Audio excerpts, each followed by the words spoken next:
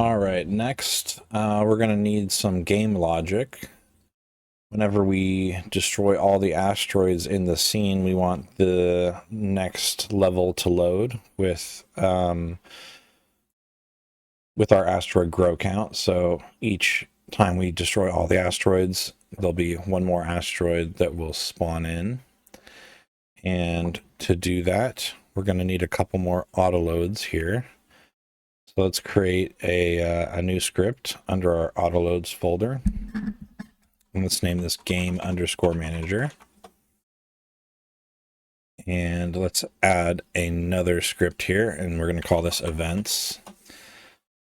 And let's add those as globals. Let's add the events, and let's add the game manager here under globals. And so events, this is where we're going to hold all of our signals. And instead of having our signals on the asteroid and the star and the player and all that, we're just going to have them in one central location. So it's really easy to emit them and also to connect to them. So this is called a signal bus, and it's a really strong pattern for keeping all of your signals in one place and being able to call them and emit them really easily. So let's go in here, and I'm just going to create all the signals that we're going to use for this project right now, but we won't hook all of them up right now. So let's have a level complete signal. Let's have a level change signal, and this will emit the level that we're on. Let's have an asteroid destroyed signal. This is going to emit the points that that asteroid is worth. Let's have an alien destroyed signal. Have a player died signal and a game over signal. And then also let's create a few more signals that we're going to use for the UI later. So when the score changed, and we'll emit the score. Let's have a high score changed. And that'll emit with the high score. And then let's have lives changed. And that'll emit the lives. So to get rid of these warnings in here, because we're never actually going to be using these signals in this script itself. So these warnings are giving us unused signal warnings that we never actually use them in this script, but we want it to be set up that way. So let's just go into project settings, go to general here and type unused signal. And we'll just turn all of those unused signal warnings to ignore. And then just to make this look nice, let's go ahead and grab these comments we have under globals, and we'll add these in here as well. So these will just be our general game signals, and these are going to be our UI signals. So there we go. We have our events signal bus all set up. Let's go to our game manager script. And let's get some game logic set up in here. So up here at the top, let's have a save file path. And this is just going to be a string. It's going to go to the user folder, and we're going to name our save file game.save. So this user folder here, you can find it by going to project open user data folder. And so this user folder here is referring to this folder here, which is under app data, roaming, Godot, app user data, Asteroids 2. And so this is where all of your files that you save to the hard disk are going to go into this folder, and we're going to name it game.save. Let's create a couple variables up here for the level. We'll start at level 0 for the score. That'll start at 0. We'll have a high score. And we'll have lives. And we'll have 5 lives.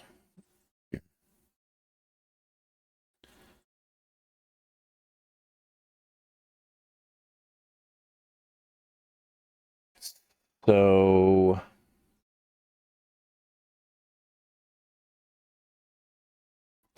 let's go to our asteroid manager.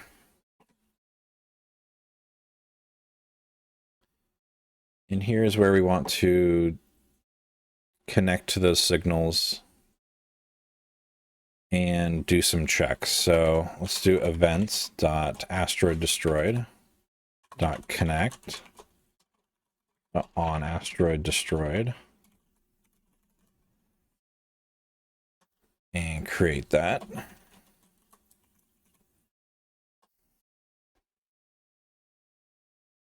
And this is going to emit with the points, but we're not going to use it in here, so we'll just put an underscore in front of it so we don't get a warning.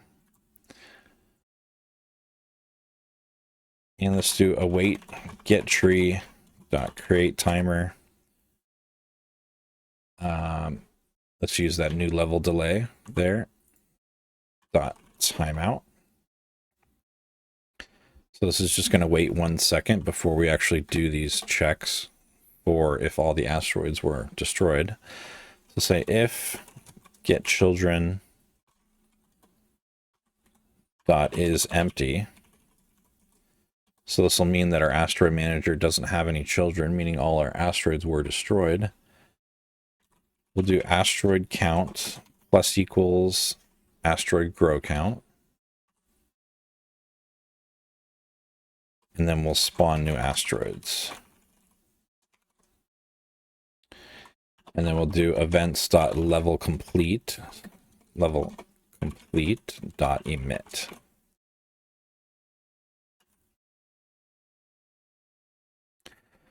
So now let's go into our asteroid itself and let's emit that asteroid destroyed signal. You can just emit that right here. Asteroid destroyed dot emit, and we will emit that. Actually, we don't want to call that here. We want to call that in on asteroid destroyed. Do events.asteroid destroyed emit. We will emit that with the asteroid, large asteroid points. And let's copy that, and then let's go to our asteroid medium. So when our asteroid medium is destroyed, we'll emit that with the medium asteroid points. And when the small asteroid is destroyed, we'll emit that with the small asteroid points.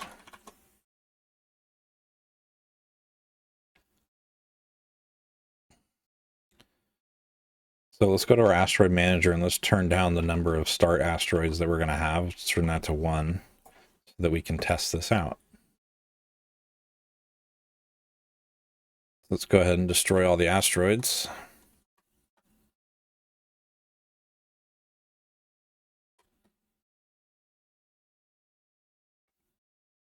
There we go. And then the next level starts. Now 2 asteroids spawn.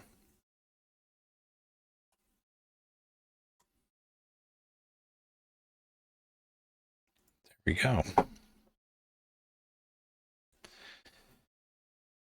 So we can come into our game manager here. And we can also connect to that on asteroid, or that asteroid destroyed signal. So events.asteroid destroyed on asteroid destroyed. And when an asteroid is destroyed,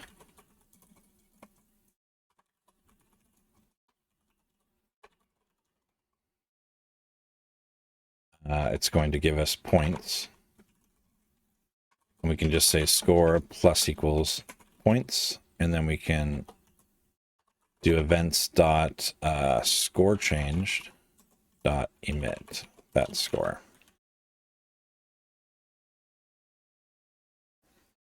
asteroid destroy.connect. I always forget that .connect. There we go.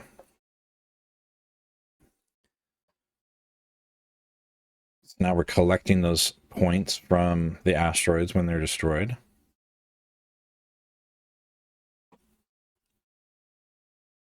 And I think that's good enough for now for the asteroids. Let's do some more work on the player itself. So let's go to player and let's add a GPU particles 2D here. And this is going to be the thruster particles 2D.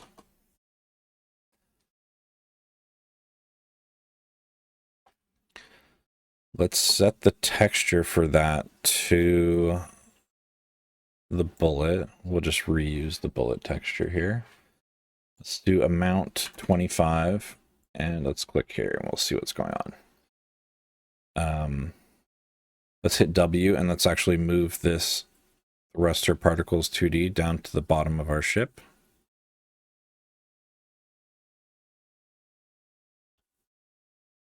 Let's do a lifetime of 0.5. Sorry, let's do a lifetime of 0.2 actually.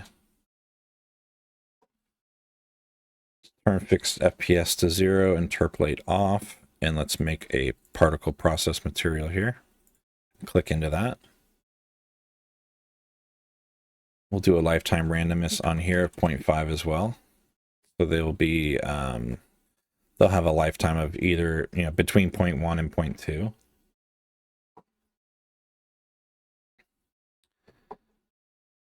Let's come down here to angle.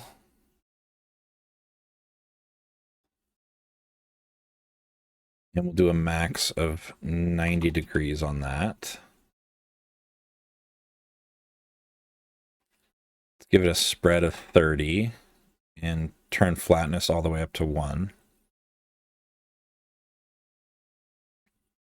Let's have a min velocity of 25 and a max velocity of 100. And now they're shooting off to the right, so we don't want that. So let's go to direction here and put 1 in the Y and 0 on the X, so they're shooting backwards. There we go. And let's come down here to gravity, turn gravity off.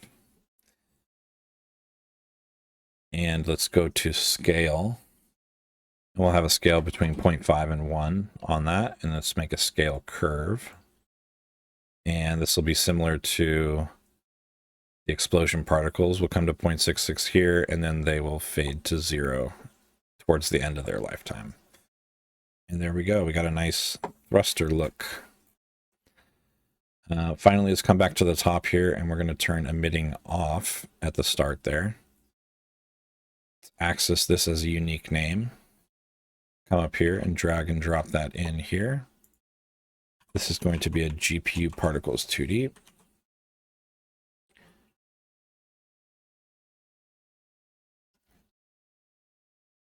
And let's turn on and off that thruster when we're actually thrusting. So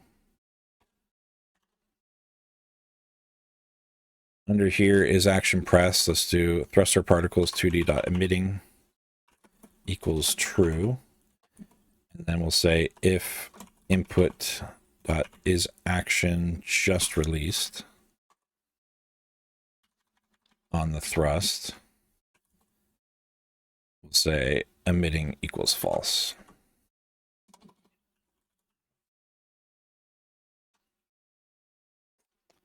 So let's test that out. And there we go. We got a thruster.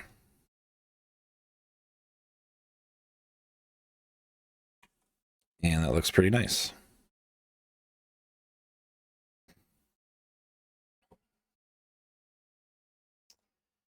All right, what else do we want to do for the player? Let's set up player death next.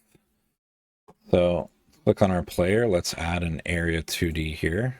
We'll name this death area 2D.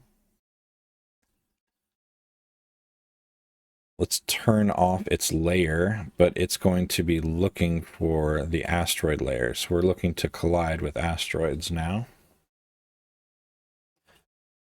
And let's set up a collision polygon on that.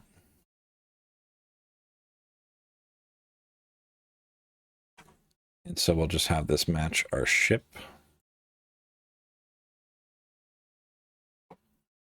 There we go. Let's add one more point in here, actually. Lines up with our ship nicely. And let's access this as a unique name.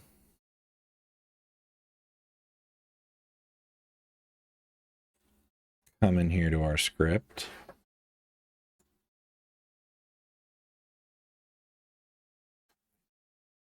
You know what? Actually, we don't need to access that as a unique name because we will just connect to this signal right here. So let's connect to that area entered signal. So on death area entered. Let's create a new var up here is dead as a Boolean is false. And we'll say if is dead is false, then we will die. And put an underscore in front of area because we're not going to be using that area. So let's create that function, die. So when we die, let's instantiate an explosion scene. So because we're going to be reusing this explosion scene in multiple other scenes, let's go ahead and take it out of asteroid itself. Let's put it on globals so we can reuse it. Put it up here at the top. And we'll name this scenes. So now we have that explosion scene. Let's come back into asteroids and put globals in front of that. And then we can actually just copy this part here. And come into our player and we'll instantiate that. We'll actually add it as a child to ourselves because we're never going to cube free the player itself. So we can just add it as a child of ourselves. Set its position there. That's good.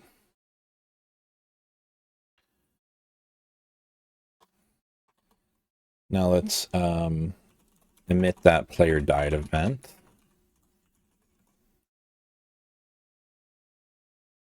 Let's turn off the thruster particles whenever we die. So emitting equals false. And let's create an animation for when the player dies. Let's come in here. What I want to do is break up this line 2D into multiple different segments so that when the player dies, we can make an animation where each one of these line segments kind of floats off in its own direction here. So let's come to player. Let's add an animation player on there. Put that at the top. And let's come to the player again, add a line 2D, make it a width of 2. And so this line 2D is going to go from here to here. You can actually turn off the ship. Let's keep that on. Keep the ship on for now. So that's one line 2D. Create another line 2D from here to the bottom here. Width of 2. Create another line 2D. I'm actually going to duplicate this 1, 2, 3, 4, 5 more times. So 2, 3, 4, 5.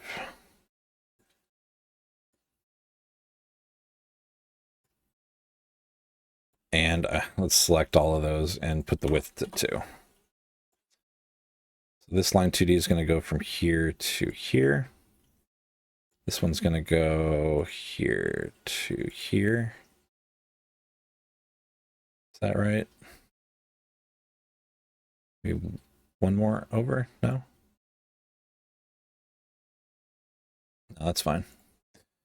And from here to here, here to halfway, and then finally from halfway to the top here. Okay, now that we have all those set up, we can actually delete this ship line 2D. That was just temporary. And there's little gaps in here, but they're so small that when we're playing the game, it's not going to really be that noticeable or that big of an issue, in my opinion. We could actually click on this line 2D and maybe make it larger. Make it like that. Does that look better or worse? I don't know. I think it looks worse. I'm just going to move it back. Okay, so let's create an animation here. So with the animation tab selected, let's click animation, new animation. Let's call this death. Let's turn the snapping here to 2 seconds and then click this so it applies the snapping to the timeline here.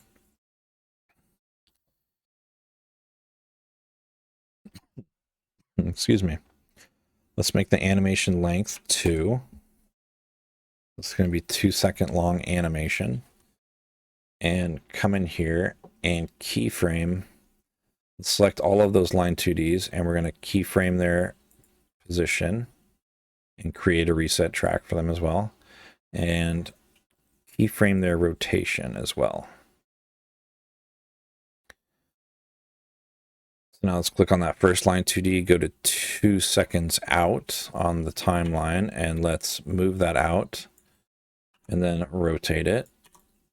So I'm just hitting W and E to go from move to rotate. And then keyframe those. Now let's do the same for this line segment. We'll move it out and we'll rotate it. And keyframe those. Let's move this one down, rotate it, keyframe it. Move this next one down, rotate it, keyframe it. Next one, we'll move over here, rotate it, keyframe it.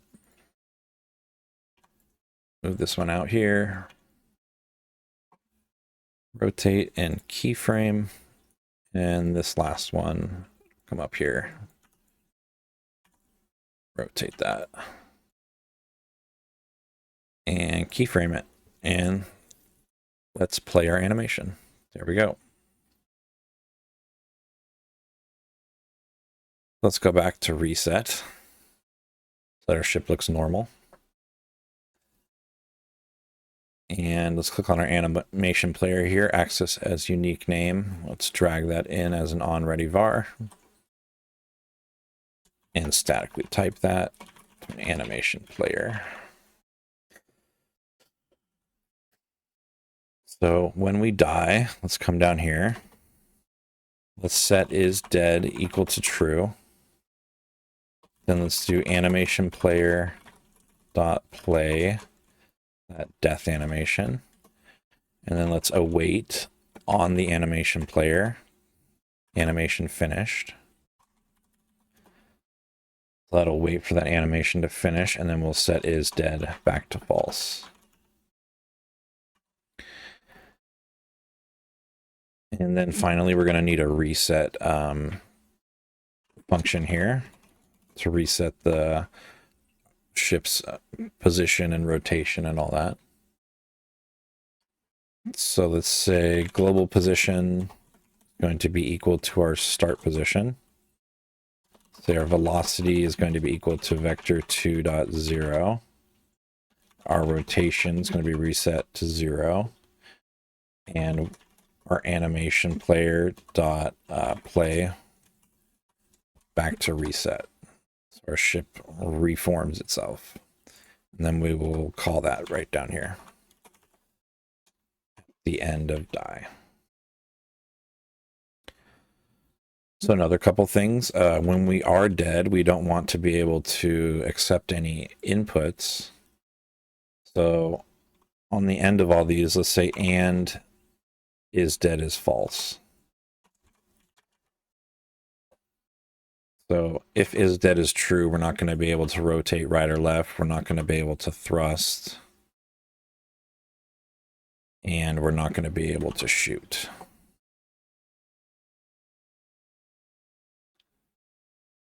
So let's go to our death area 2D, and we already have the mass set up correctly. So let's test that out.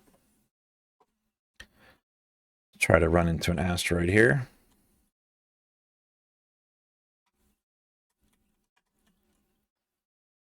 And we should explode. Boom.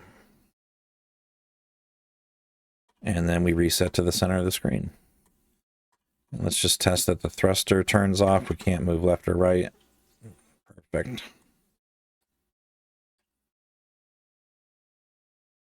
And so that is player death setup.